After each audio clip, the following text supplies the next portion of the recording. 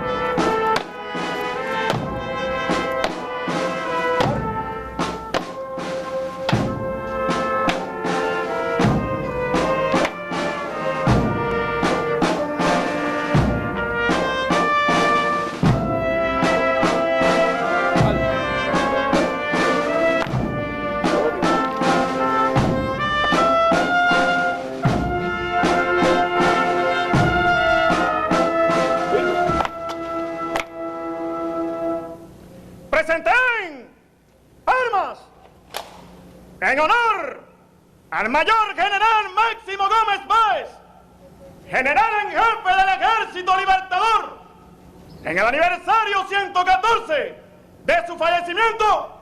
Corneta, toque silencio.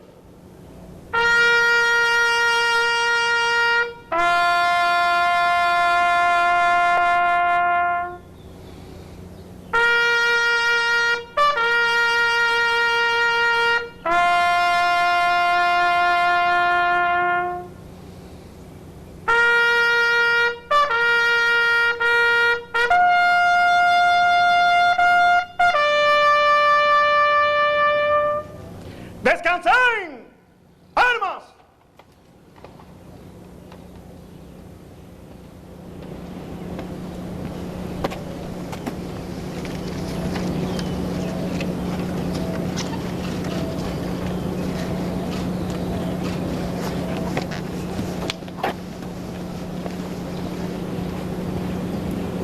Par.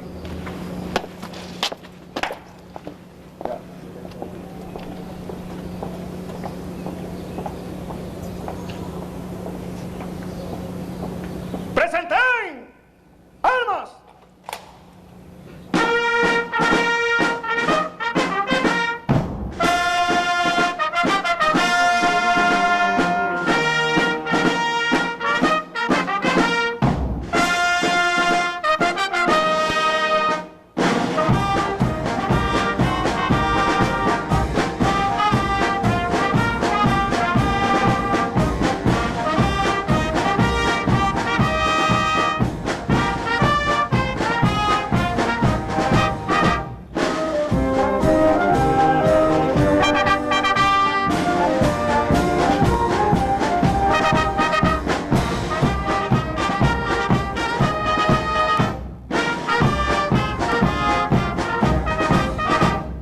¡Descansen! ¡Armas! En su lugar, Descansen. Con la realización de este acto político y ceremonia militar, toda Cuba conmemora el aniversario 114 del fallecimiento del general Máximo Gómez Báez en el mausoleo erigido en el cementerio de Colón, lugar donde reposan los restos de quien ganó por mérito propio la alta responsabilidad política y militar de ocupar el cargo de mayor jerarquía en el Ejército Libertador de Cuba. Fue su general en jefe. Presiden esta ceremonia el primer secretario del Comité Central del Partido Comunista de Cuba, general de Ejército Raúl Castro Ruz.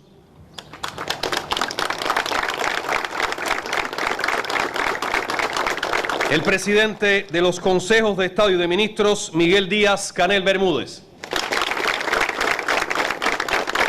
Dirigentes del partido y el gobierno y jefes de las Fuerzas Armadas Revolucionarias. Esta ceremonia dio inicio con la colocación de una ofrenda floral a nombre del pueblo de Cuba en el mausoleo donde descansan los restos del general Máximo Gómez. A continuación, las palabras del compañero Eusebio Leal Spengler, historiador de La Habana.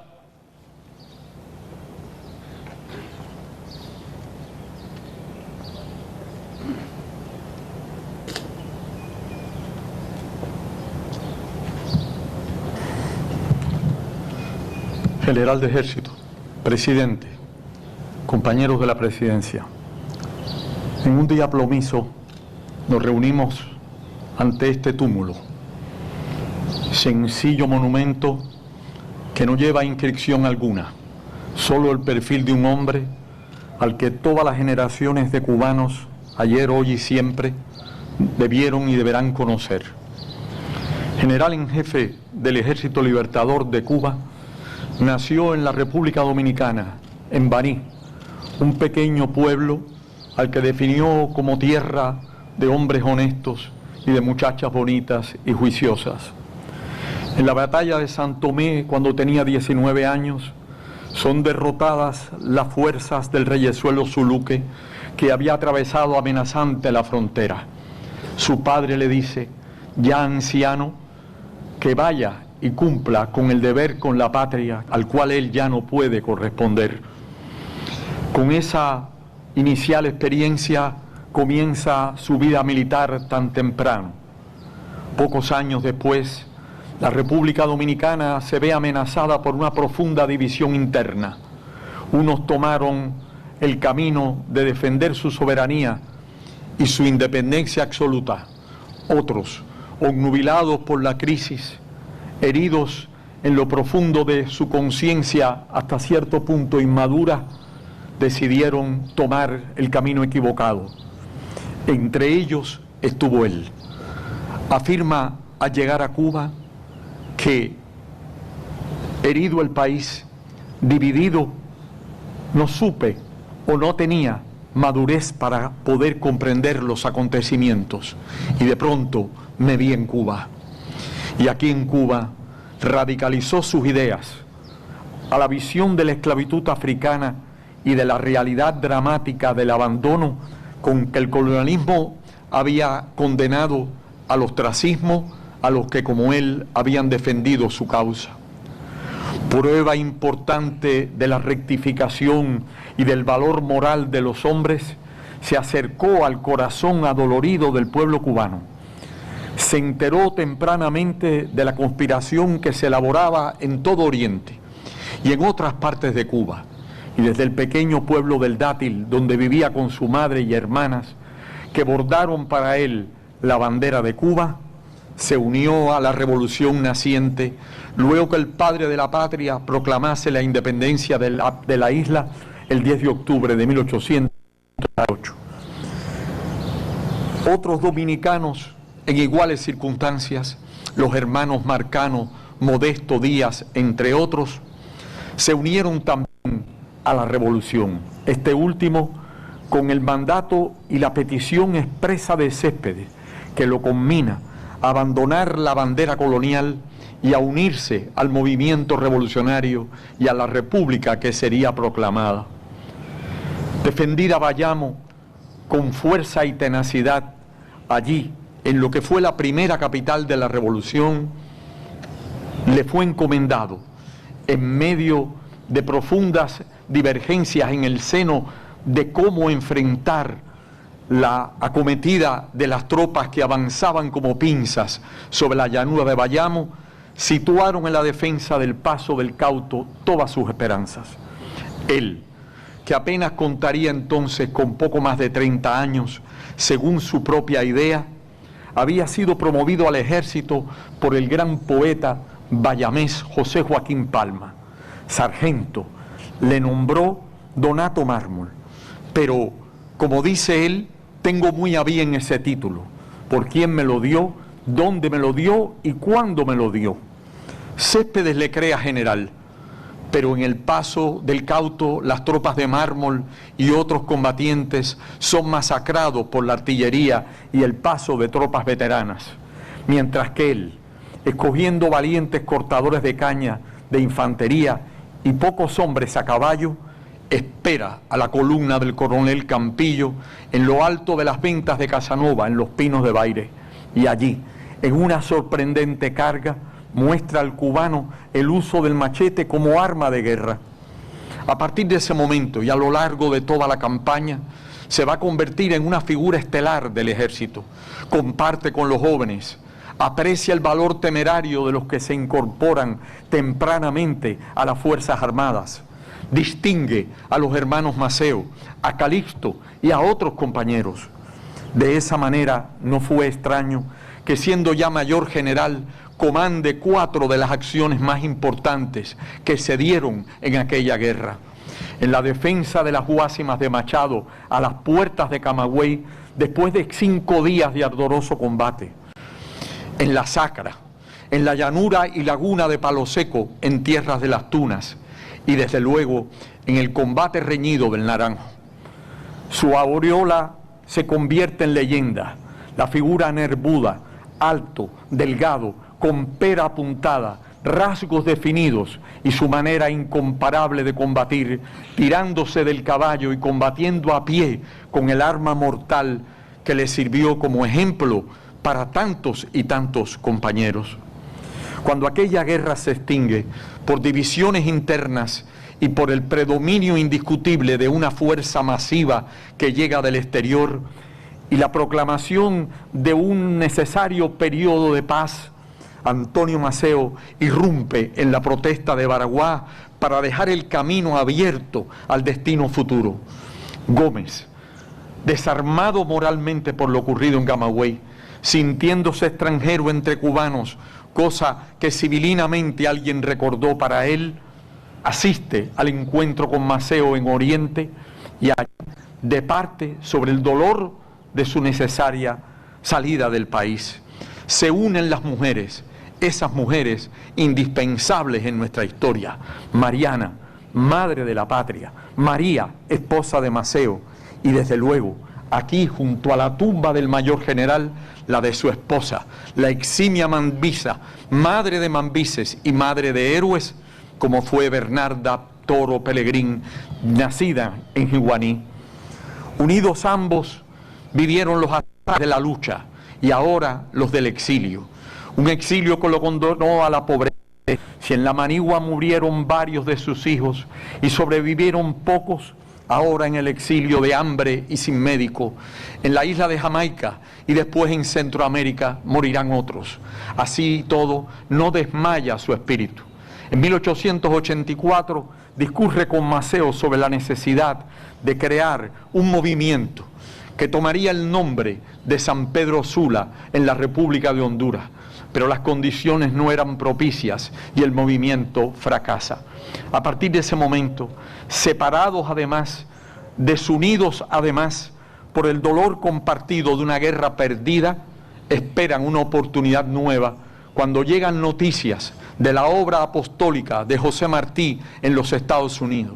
Hombre en quien parecía encarnado el movimiento, Martí supo unir a las emigraciones, supo darle un contenido político y pragmático al movimiento revolucionario y creó como obra suprema un partido político para dirigir la lucha armada. Un partido político que derrotaría a un lado el periodo de las proclamas y de los llamamientos solamente verbales. Era necesario vertebrar una organización desde abajo, nacida de las filas del pueblo, de las cuales fue su delegado. En Costa Rica, junto a Maceo, en La Mansión, en Santo Domingo, junto a Gómez, recorriendo los Estados Unidos, donde vivió tan largo tiempo y avisoró las profundas contradicciones entre aquella nación y el destino libertario de América.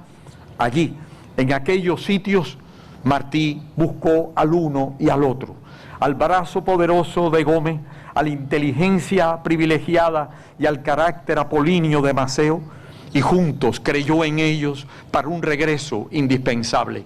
Sin la obra lúcida de Martí, esto no habría sido posible. Unidos en ese empeño, perdida toda esperanza después del fracaso de Fernandina, Martí se transforma en Orestes, su nombre conspirativo, y parte a buscar a Gómez en la República Dominicana.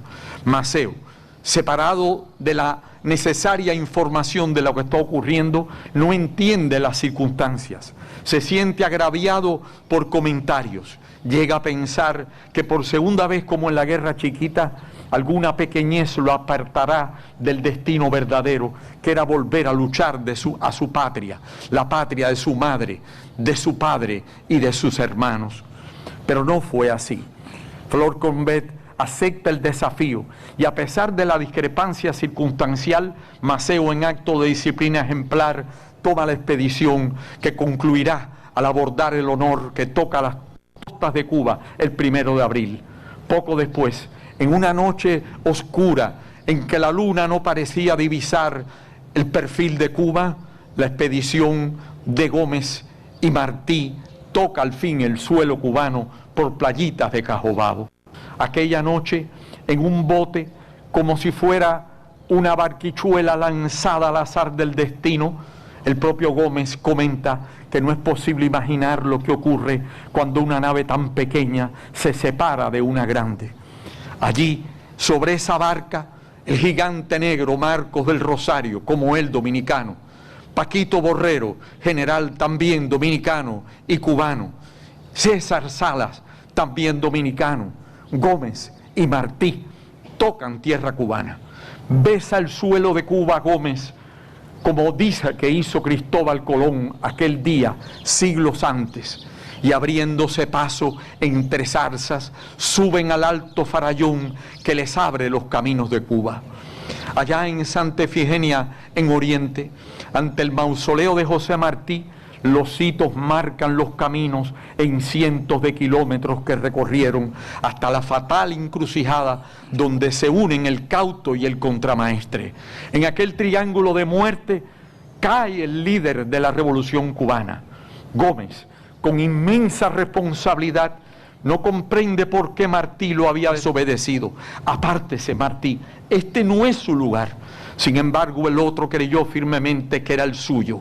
Jinete sobre el blanco corcel que le había obsequiado José Maceo, pasa ante los fusiles enemigos para caer en tierra extraña, acompañado de un joven maestro de Holguín, Ángel de la Guarda, el último que lo vio con vida. A partir de ese momento, Gómez iniciará una nueva etapa de su vida. Parte al Camagüey después de ponerse de acuerdo con el general Antonio, y enfermo y casi abandonado, atraviesa el Jobabo, donde lo recibe la juventud camagüeyana y se forma la escolta temible que lo acompañó a lo largo de aquellos años duros de guerra. Envejecido tempranamente, parecía mucho mayor aún a la hora de su muerte. Apenas había cumplido 68 años. Sin embargo, en una de sus últimas imágenes, aparece firme sobre los estribos de su caballo, mano al cinto del machete curvo que lució en la Revolución, y sobre los cristales o detrás de los lentes de sus cristales aparecen los ojos fijos como un águila. En aquel horizonte donde entraría rompiendo el cuadro del adversario en la batalla de Maltiempo, se haría grande en Calimete y Coliseo, Maceo se asombraría a su edad de su proeza. Le arrebata la escolta con un caballo herido cuando una herida en la pierna les permite recordar aquel paso doloroso de la trocha un 6 de enero, cuando una bala tocó su cuello y ordenó con voz ronca que se toque la marcha de la bandera y que pasemos a Occidente. Esa voluntad de hierro lo distinguió siempre. A la altura de Jovellano y ante la visión de la poderosa formación del adversario, miles de hombres, cañones rápidos, las primeras armas de repetición, reflectores, telégrafos preparados, idea un retroceso falso hacia el oriente, para luego regresar victorioso, rindiendo los pueblos de la periferia de La Habana y acompañando a Maceo hasta la ciudad donde se despiden para siempre. Es realmente Gómez un paradigma del servicio a la nación, al pueblo. Como ha exclamado Fidel, combatiente internacionalista, hombre que creyó que cuando llegó a Cuba, a esta isla minúscula, creyó que lo hacía por la humanidad. Ese sentido de humanidad estaba en su corazón. Hoy, cuando nos acercamos a este sitio, evocamos la firmeza de sus ideas políticas. Evocamos el epílogo de aquella guerra cuando tiene la triste noticia de que el 7 de diciembre, a pocos kilómetros de aquí, Antonio Maceo, su compadre, el mayor general y lugarteniente general del ejército, había caído en combate y que como único consuelo llevaba que también junto a él había caído su hijo amado, Francisco, desembarcado con Ríos Rivera en el occidente extremo de Cuba y querido de muerte, símbolo de la lealtad, del honor militar y de la fidelidad, prefirió la muerte a abandonar al mayor general, su superior y su padrino. Hoy recordamos a Gómez ante este panteón donde yace junto a su esposa y varios de sus hijos. Lo recordamos en aquel momento de desesperación en el cual, viendo angustiosa e improbable la salida hacia Cuba, redacta con José Martí determinado el manifiesto que lleva el nombre del Peñón de Montecristi. El autor de tantas grandes obras se formó a sí mismo, fue un autodidacta, se convirtió en un maestro de su propia persona, escribió con lucidez, pensaba con claridad y tuvo muy clara la idea de que Cuba debía ser libre de España y de los Estados Unidos. Los americanos, con su intervención impuesta por la fuerza, no han permitido la victoria a los vencedores, ni entregar la victoria a los vencedores, ni consolar a los vencidos. Este país está más cohibido en todos sus actos de soberanía, y el día que tan extraña situación termine, no dejarán los americanos aquí ni un alarme de simpatía. Su pensamiento fue claro y clave cuando ingresó en esta ciudad finalmente, en medio de una gran apoteosis. El ocupante vio la simpatía y el honor con que el pueblo saludaba al viejo soldado.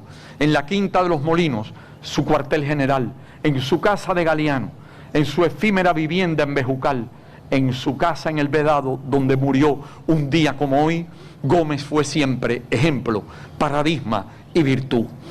Inseparable en nuestra memoria junto a Martí y Maceo, descansa en este cementerio memorial donde la acompañan casi 70 generales del Ejército Libertador de Cuba, mujeres heroicas, jóvenes como los muchachos del 71, enfrente la tumba de Calixto García, hoy en Holguín, y de sus hijos generales. Un poco más al lado, la tumba de Quintín Banderas, que acompañó a Céspedes en San Lorenzo.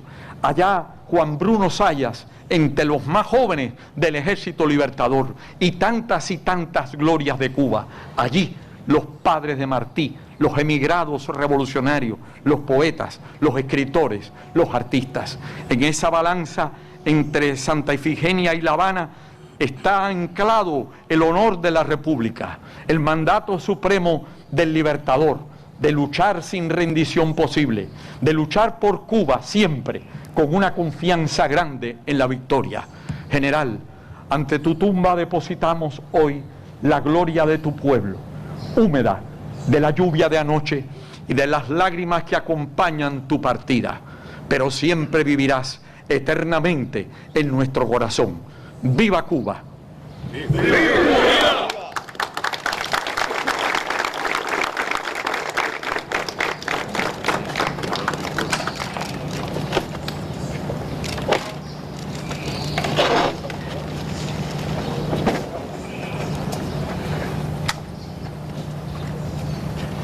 ¡Firmes! Para la marcha en revista. Por pelotones. Hombro. Armas. Vista derecha. De frente. Mar.